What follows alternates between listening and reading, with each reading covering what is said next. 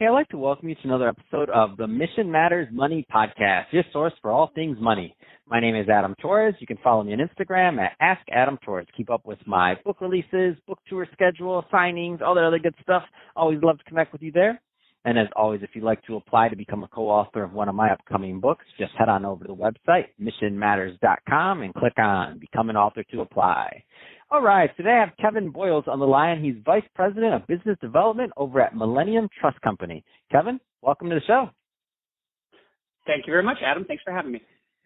All right, so excited to get today's topic with you today. It's a hot topic, so retirement savings for gig economy workers. A lot of people thinking about that right now.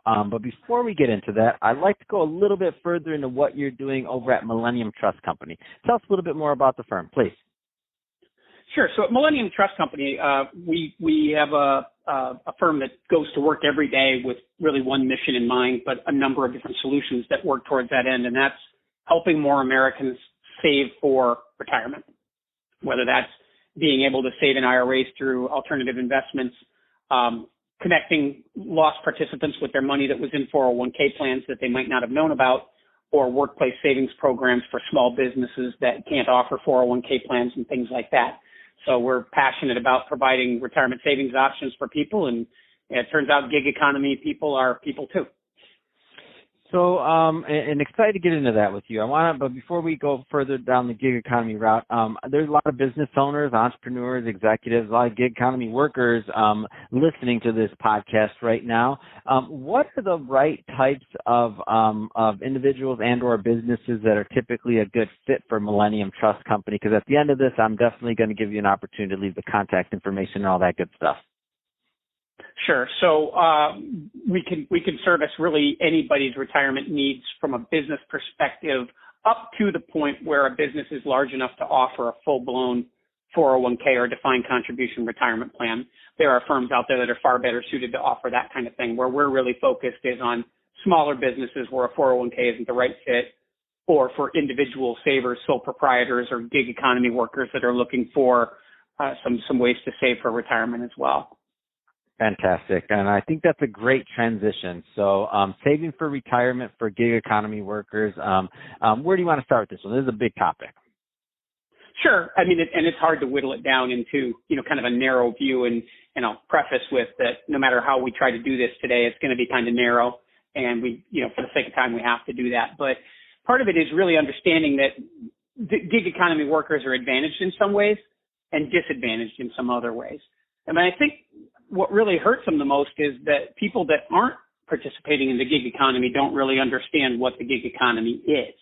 So as a result, for example, most people don't realize that, 35% of all American workers did some sort of freelance work last year.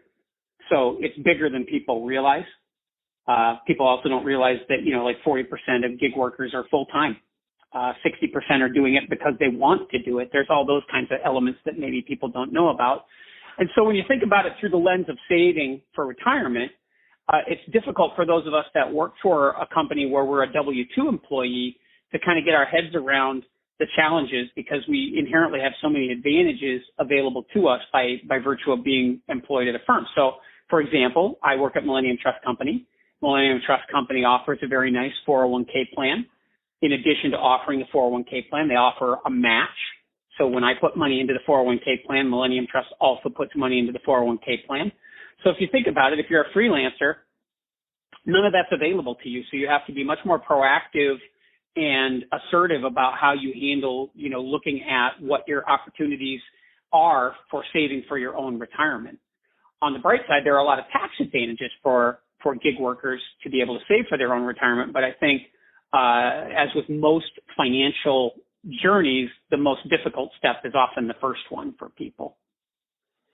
Let's talk a little bit more about the thought process of why saving is so important, because I feel like a lot of people that are that maybe, like, let's say that you never worked for a large company. I think there's a big population of people that never really kind of went that route. They either worked for a smaller company or maybe even family-owned companies, or they were freelancers right out of college, and this whole saving for retirement thing has kind of been they hear about it, but it's not like like top of mind, but it's important because we're in a savings crisis here in this country.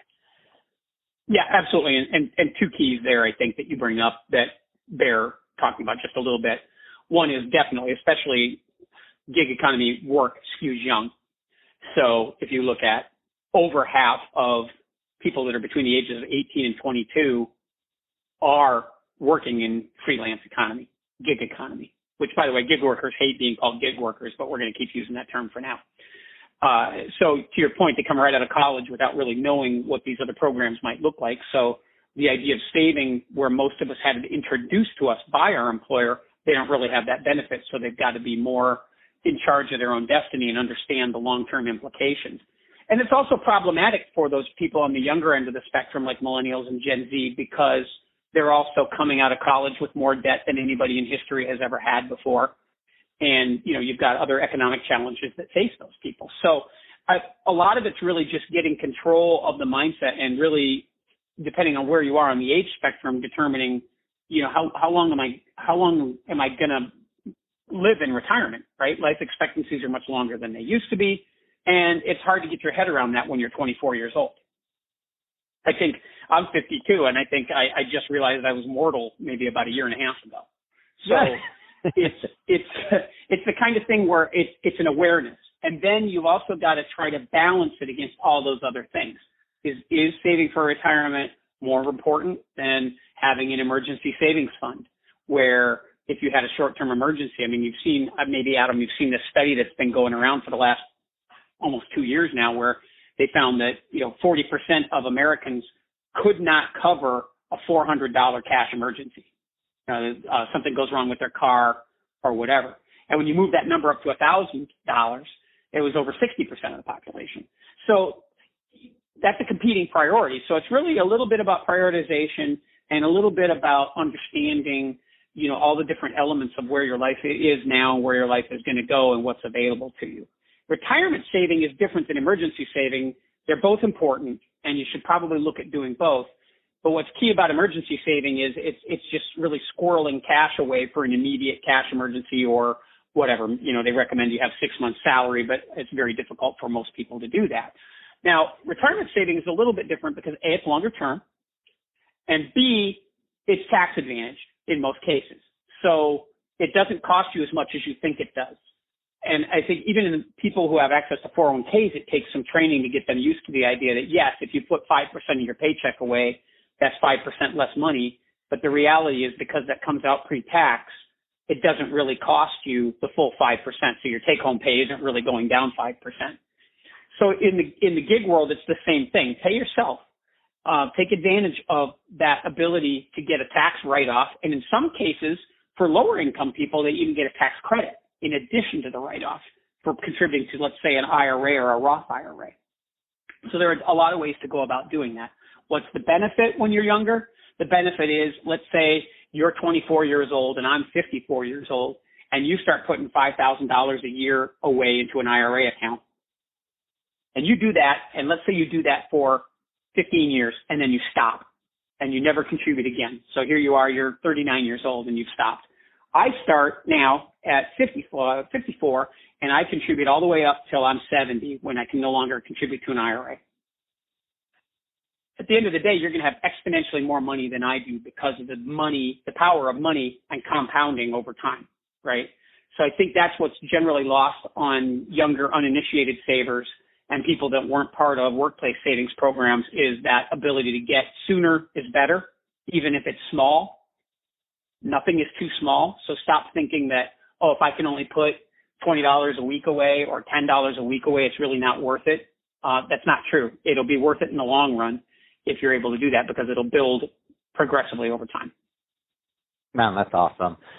So Kevin, that being said, I could talk to you about this all day long. I love what you're doing over there at Millennium Trust Company and how you're helping, your clients. If somebody is listening to this, so final question, two-part question. If somebody's listening to this and they want more information, first off, again, I know I asked this before, but I want to really drill this home. what are the right types of clients and or companies or people that are a great fit for Millennium Trust Company? And number two, what's the best way for them to reach out to learn more about saving and some of the things they should be doing? The best place to go for the information that we have out there about saving and what we can do for people of all walks of life as it relates to retirement saving is www.mtrustcompany.com. And from there are navigation buttons and bars that can take you to any number of areas of interest that you might have. As to our sweet spot, we're really looking for people that are interested in saving for retirement. When you're just getting started for the gig worker, if you're just going to put a few dollars away, we can certainly help you with that, but you're probably better off in those cases doing more as it relates to saving that money in something like an account at a bank or a credit union than you would be at a trust company like Millennium Trust Company. What we really do at Millennium Trust Company is we work more closely with small businesses and smaller employers to be able to offer alternative retirement solutions to their employees, which we didn't talk about today, but that's really what we do. And as a result, for the gig workers, once they start to get some money saved up, we have a variety of sort of investment-based solutions that they could take advantage of, whether that's in an IRA, doing mutual funds, or a SEP IRA plan if they're a self-employed individual, all the way up to what's called a solo 401k, which is really for people that want to put a lot of money away. Fantastic. Well, Kevin, really appreciate you coming on the show today and sharing more about all the great things you're doing over at Millennium Trust Company. And to the audience, as always, thank you for tuning in. Hope you got a lot of value out of this. If you did, don't forget to subscribe to the podcast, leave me a review on the Apple iTunes Store. And if you're watching this on our YouTube channel, Mission Matters Money, definitely give us a subscribe there, but also leave some comments on the video. Love to know what kind of projects and things that you're working on. And Kevin, thanks again for coming on the show.